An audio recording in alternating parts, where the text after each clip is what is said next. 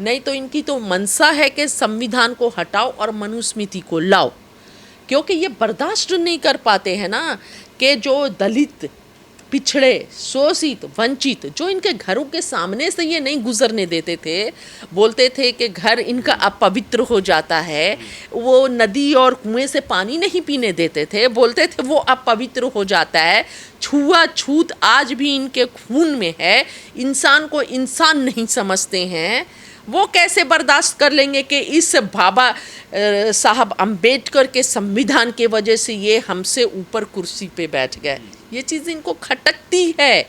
ये समझना होगा, देश को, सभी को समझना होगा कि ये जो संविधान है यही हमारी शक्ति है और इस संविधान की रक्षा करना ही ये संविधान ही हमें सारी शक्ति देती है और इसका रक्षा करना सबसे पहला कर्तव्य है। सोशल मीडिया पर आप देखेंगे कि एक विशेष समुदाय के खिलाफ कभी कोई नेता जो है अपशब्दों का इस्तेमाल करता हुआ नज़र आता है, तो कभी कोई आम व्यक्ति। आखिर सवाल ये है कि देश में भाईचारे को ख़त्म किसके इशारे पर किया जा रहा है? और जब भाईचारे की बात आती है तो संविधान की प्रतियों को याद दिलाना बहुत ज़रूरी हो जाता है। हालांकि आपको पिछले लोकसभा चुनाव में जो सांसद जीत कर आए थे उनके हाथों में संविधान था जब वो शपथ ले रहे थे। हमारे साथ कांग्रेस की लीडर ज़ेबा खान हैं। आपने इन्हें सोशल इश्यूज़ पर बेबाकी से बात करते हुए देखा होगा, सुना होगा। मैम, जिस तरह से देश में एक नफ़रत को बढ़ावा दिया जा रहा है, खुले तौर पर मुसलमानों को निशाना बनाया जा रहा है, आखिर ये जो संविधान विरोधी काम हो रहा है इस पर कैसे कंट्रोल लगाया जा सकता है? मुसलमानों और दलितों ने, देश के युवाओं ने जिस तरह कांग्रेस पार्टी पर विश्वास जगाया है, इन बातों से भाजपा डर गई है और भाजपा लगातार भाईचारे को ख़त्म करना चाहती है, नफ़रत फैलाना चाहती है। अपने झूठे एजेंडे को लेकर भाजपा लगातार काम कर रही है और उन्हें पता है कि वो सत्ता में तभी बने रह सकते हैं जब तक देश को गुमराह करते रहेंगे, युवाओं को गुमराह करते रहेंगे और नफ़रत फैलाते रहेंगे। तो बस वो अपने इस एजेंडे को लेकर आगे बढ़ रहे हैं। कई ऐसे नेता हैं जब वो मुस्लिम विरोधी बयान देते हैं, महाराष्ट्र के एक विधायक हैं, उन्होंने भी बयान दिया कि मस्जिदों में घुस के मारेंगे, तो उन पर बीजेपी या उनका जो शीर्ष नेतृत्व है जो सबका साथ, सबका विकास, सबके विश्वास की बात करते हैं, वो कार्रवाई क्यों नहीं करते? वजह क्या है? क्योंकि उन्हें पता है वो छोड़े में हैं ऐसे लीडर्स को। ये जो लीडर्स भाजपा के स्टेटमेंट दे रहे हैं ये भाजपा के द्वारा छोड़े गए हैं। उनका काम ही यही है, उनको ड्यूटी मिली हुई है कि आप नफ़रत भरा भाषण दीजिए, नफ़रत भरा स्टेटमेंट दीजिए ताकि लोगों का, युवाओं का जो ध्यान है नौकरी पर ना जाए। जो महादलितों का परिवार जला है नवादा में, वहाँ पर भाजपा और नीतीश कुमार जी की सरकार है, तो उन पर सवाल ना किया जाए कि आपके कार्यकाल में, आपके स्टेट में महादलितों का ये हाल है, परिवार जला है।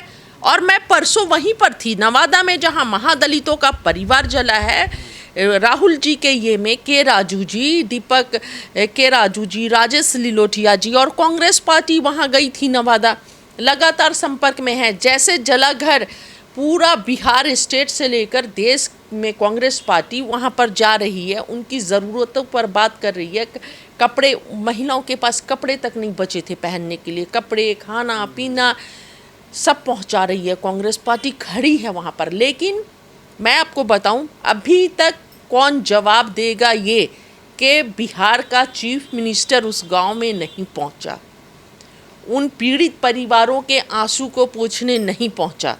लेकिन जब यही चुनाव आने वाला रहता है तो सभी को दलित याद आ जाते हैं, दलित के घर पहुंच जाते हैं, पैर धोने पहुंच जाते हैं। और जब आज दलित के घर में आग लगी, मवेशी तक जल गए, बकरियां जल गई, मुर्गियां जल गई, उन लोगों का जीविका खत्म हो गया, पढ़ने वाले बच्चों के एक किताब जल गए। एक व्यक्ति की जब गोली गुंडे चला रहे थे, वो बंदूक के गोली की आवाज़ से एक व्यक्ति की जान चली गई, तब वहाँ पर नहीं पहुँच रहे हैं, भाजपा वाले नहीं पहुँच रहे हैं, इनके चीफ मिनिस्टर नहीं पहुँच रहे। ये है असलियत। ये सिर्फ देश को बांटना चाहते हैं, देश को ख़त्म करना चाहते हैं, नफ़रत फैलाना चाहते हैं ताकि देश गुमराह रहे, युवा सवाल ना करे, किसान सवाल ना करे। जो मुख्य मुद्दे हैं देश के, महंगाई, कमर तोड़ महंगाई है, बेरोजगारी, युवा बेरोजगार है, आत्महत्या कर रहे हैं युवा, किसान परेशान है, किसान आत्महत्या कर रहा है, जो उद्योग व्यापार पूरे खत्म हो चुके हैं महंगाई के वजह से। इनके दो ही मित्र हैं, अडानी और अंबानी, जिनका विकास हो रहा है। इन सभी मुद्दों से ध्यान भटकाया जा सके, इसलिए लगातार इस तरह की घटनाएं हो रही हैं। और भाजपा सरकार और पूरा केंद्र लगातार देश के माहौल को खराब करना चाहते हैं, नफरत फैलाना चाहते हैं, ताकि मुख्य धारा से मुख्य मुद्दे पर ध्यान न जाए। पर मैम एक ज़रूरी सवाल ये भी है कि लोग इस बात से चिंतित हैं, मुस्लिम समुदाय के वो छात्र, वो नौजवान छात्र जो देश का भविष्य होते, वो आज जेलों में हैं।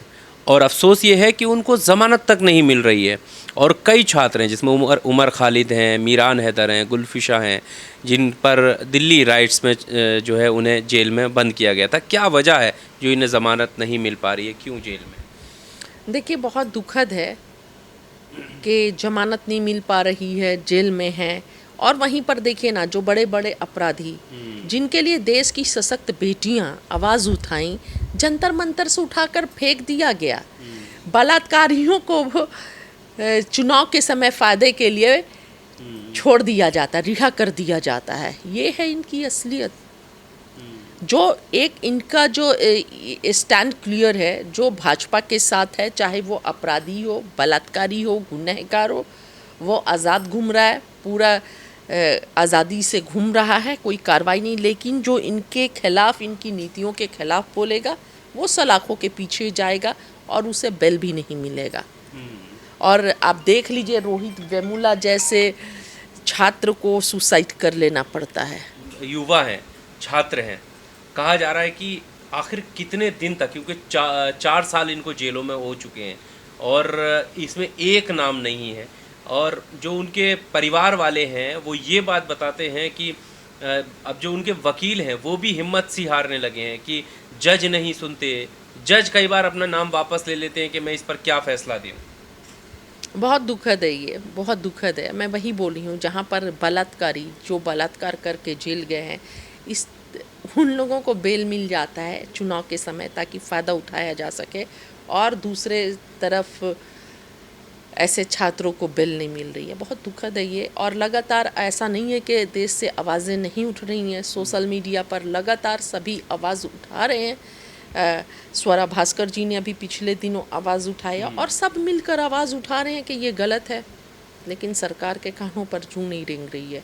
इन्हें ये लगता है कि वोट बैंक की राजनीति के लिए, मैं जैसे बताऊं कि एक वोट बैंक को खुश करने के लिए, वोट साधने के लिए कुछ टारगेट करना है इन्हें, खुश रखने के लिए, ये दिखाने के लिए। दूसरे तरफ तो आप वसुधैव कुटुंबकम की बात करते हैं, आप दुबई जाते हैं और सऊदी अरबिया जाते हैं, वहाँ पर जाकर बिरयानी खाकर आते हैं, और दूसरे तरफ अपने देश में ये हाल है।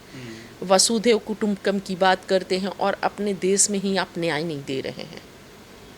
मैम कुछ ऐसे केस भी सामने आए हैं कि कार्रवाई के नाम पर मुफ्ती सलमान अजहरी या जो मुस्लिम मौलाना हैं उनको तो गिरफ़्तार कर लिया जाता है, लेकिन रामगिरी या वैसे लोग जो लगातार अभद्र भाषा का इस्तेमाल, नबी की शान में गुस्ताखी, उन पर कोई कार्रवाई नहीं होती है। जबकि लगातार इसको लेकर प्रोटेस्ट भी हुए हैं और प्रोटेस्टर्स जो थे उनके घरों को भी बुलडोज कर दिया गया, लेकिन रामगिरी को गिरफ्तार अभी तक नहीं किया। ये बहुत दुखद है, ये बहुत दुखद है। मैं तो आपको बता रही हूँ ना, जो भाजपा माइंडेड लोग हैं, जो भाजपा के आइडियोलॉजी को फॉलो करते हैं, उन पर कोई कार्रवाई नहीं हो रही है। आप देखिए ना, बृजभूषण सिंह क्या हुआ, अजय मिश्रा टेनी क्या हुआ, कोई कार्रवाई हुई क्या? नाम के लिए झूठा। इतना पूरा किसान समुदाय एक प्लेटफॉर्म पे था, मंत्री जी के बेटे ने किसानों पर थार गाड़ी चढ़ा दी। मंत्री जी जहर उगल रहे थे, उसको फॉलो किया कि उनके बेटे ने, कोई कार्रवाई नहीं हुई। मंत्री जी पद पर बैठे रहे। दिल्ली के जंतर मंतर पर देश की सबसे सशक्त बेटियां रोती बिलखती हुई गईं, उठाकर फेंक दिया गया, पर बृजभूषण सिंह बने रहे। अब उनके बेटे आ गए, तो ये इनका इंसाफ है। जो उनके साथ है वो चाहे रेपिस्ट हो, बड़ा गुनहगार हो, सेफ है। लेकिन अगर जो उनके आइडियोलॉजी के खिलाफ हो, चाहे वो मुस्लिम हो, दलित हो या कोई भी हो, पत्रकार भाई हों, वो सलाखों के पीछे। आप देखिए ना कितने पत्रकारों की जो स्वतंत्र रूप से पत्रकारिता करते हैं, चैनल्स को बंद कर दिया गया, यूट्यूब को बैन कर दिया गया। कितना आप लोगों को तो पता ही होगा, लगातार परेशान किया जा रहा है। मैं तो किसान आंदोलन से लगातार देख रही हूँ कितने सारे भाइयों को कितनी परेशानी हुई। तो ये भाजपा का चाल और चरित्र है, असल चेहरा है कि ये चंद तानाशाही टाइप के जो लोग हैं उनकी पार्टी है, ना कि देश के आम जनता की पार्टी है। और आम जनता के साथ लगातार ये छल कर रहे हैं, आम जनता को गुमराह कर रहे हैं और गुमराह करके वोट लेने की राजनीति को साध रहे हैं। पर इलेक्शन इस बार जब रिजल्ट आया तो ये कहा जा रहा था कि अब वो ताकत नहीं रही, अब हम मनमानी नहीं करने देंगे, और विपक्ष ऐसा कहता था। आपको लगता है कि चुनाव के रिजल्ट के बाद कुछ बदलाव दिखा, या जैसे नहीं, पहले नहीं, स्थिति नहीं, चल रही नहीं, है? नहीं, बिल्कुल नहीं। कैसे पहले जैसी स्थिति? बहुत कुछ बदला है। क्या बदला है? आप देखिए ना, बहुत सारे कानूनों को वापस, बिल जो ला रहे थे उन्हें वापस लेना पड़ा है।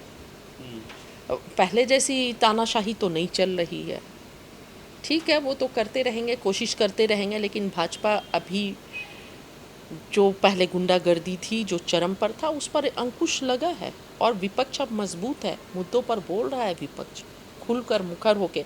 राहुल जी तो पहले भी बोलते थे और अभी बोल रहे हैं, पार्लियामेंट से लगातार आवाज़ें उठ रही हैं। पर लोग ये सवाल करते हैं कि कब घरों पर बुलडोजर चलना बंद होगा? इंशाल्लाह जल्दी हो जाएगा, जल्दी हो जाएगा, अंकुश लगेगा। ये सवाल उठता है कि विपक्ष कहाँ रहता है जब घरों पर बुलडोजर चलता है? नहीं, बोला जाता है, बोला तो जाता है। आप ये बताइए ना, बुलडोज़र चलने में समय कितना लगाते हैं ये? यहाँ पर 2 मिनट नहीं हुआ, बुलडोज़र लेकर पहुँच जाते हैं। किसने हक दिया है आपको? कोर्ट ने बोला है? किसने हक दिया? आप बिना जांच के किसी के भी घर बुलडोज़र चला देते हैं, किसी के आशियाने को उजाड़ देते हैं, तो बहुत गलत है ये। और समय कितना मिलता है आप लोगों को भी पता होगा, सभी को देश देख रहा है कि मिनट नहीं लगता, आप बुलडोज़र लेके पहुंच जाते हैं, बुलडोज़ कर देते हैं आशियाने को। सबने आवाज़ उठाई है, आवाज़ उठाया जा रहा है लगातार इस पे कि इस तरह की ओछी राजनीति भाजपा बंद करे, बुलडोज़र की कार्रवाई बंद करे, कोर्ट का इंतज़ार करे, कोर्ट का क्या फैसला आता है। लेकिन इन्हें तो अपनी राजनीति से मतलब है, देश के जनता के आशियाने से नहीं मतलब है। और ये खोखला झूठा, मैं भाजपा से और नरेंद्र मोदी जी से ये कहना चाहूँगी, ये वसुधैव कुटुंबकम का जो आप झूठा नारा लगाते हैं ना भाजपा, इसे बंद कीजिए, अच्छा नहीं लगता है। जो व्यक्ति अपने घर को संभाल कर नहीं रख सकता है, घर को समेट कर नहीं रख सकता है, घर में कपड़े देखकर पहचान करता है, वो वसुधैव कुटुंबकम की क्या बात करेगा? उसकी औकात ही नहीं है। सबसे पहला इम्तिहान तो घर से शुरू होता है। आप परिवार को कैसे रखें? आप एक देश को नहीं संभाल पा रहे हैं, आप क्या वसुधैव कुटुंबकम की बात करेंगे? आप जैसे लोग तो, जो हमारे पूर्वज जो गए हैं, जो पूरे देश में, विश्व में एक मिसाल भारत का कायम किया था, भारत की वाहवाही होती थी, आज भी विश्व गांधी के भारत के नाम से जानता है, वो सभी को आपने दागदार और धूमिल कर दिया है। गोडसेवादी रहते हैं साथ में बीजेपी? बिल्कुल गोडसेवादी ही हैं और बढ़ावा उनको दिया जा रहा है। और असल बात ये है कि ये भाजपा को तो दिक्कत ही संविधान से है, और ये तो मनुवादी के प्रेमी हैं। लेकिन वो बोलिए कि अभी देश की जनता है, और जब राहुल गांधी जी ने संविधान की कॉपी लेकर चलना शुरू किए और 400 पार के नारे ये जो लगाए थे, उसकी हकीकत देश के सामने आया, तो भाजपा थोड़ा सा बैकफुट पर गई। नहीं तो इनकी तो मनसा है कि संविधान को हटाओ और मनुस्मृति को लाओ, क्योंकि ये बर्दाश्त नहीं कर पाते हैं ना कि जो दलित, पिछड़े, शोषित, वंचित, जो इनके घरों के सामने से ये नहीं गुजरने देते थे, बोलते थे कि घर इनका अपवित्र हो जाता है, वो नदी और कुएं से पानी नहीं पीने देते थे, बोलते थे वो अपवित्र हो जाता है, छुआछूत आज भी इनके खून में है, इंसान को इंसान नहीं समझते हैं, वो कैसे बर्दाश्त कर लेंगे कि इस बाबा साहब अम्बेडकर के संविधान के वजह से ये हमसे ऊपर कुर्सी पे बैठ गए। ये चीज़ इनको खटकती है। ये समझना होगा, देश को, सभी को समझना होगा कि ये जो संविधान है यही हमारी शक्ति है और इस संविधान की रक्षा करना ही ये संविधान ही हमें सारी शक्ति देती है और इसका रक्षा करना सबसे पहला कर्तव्य है।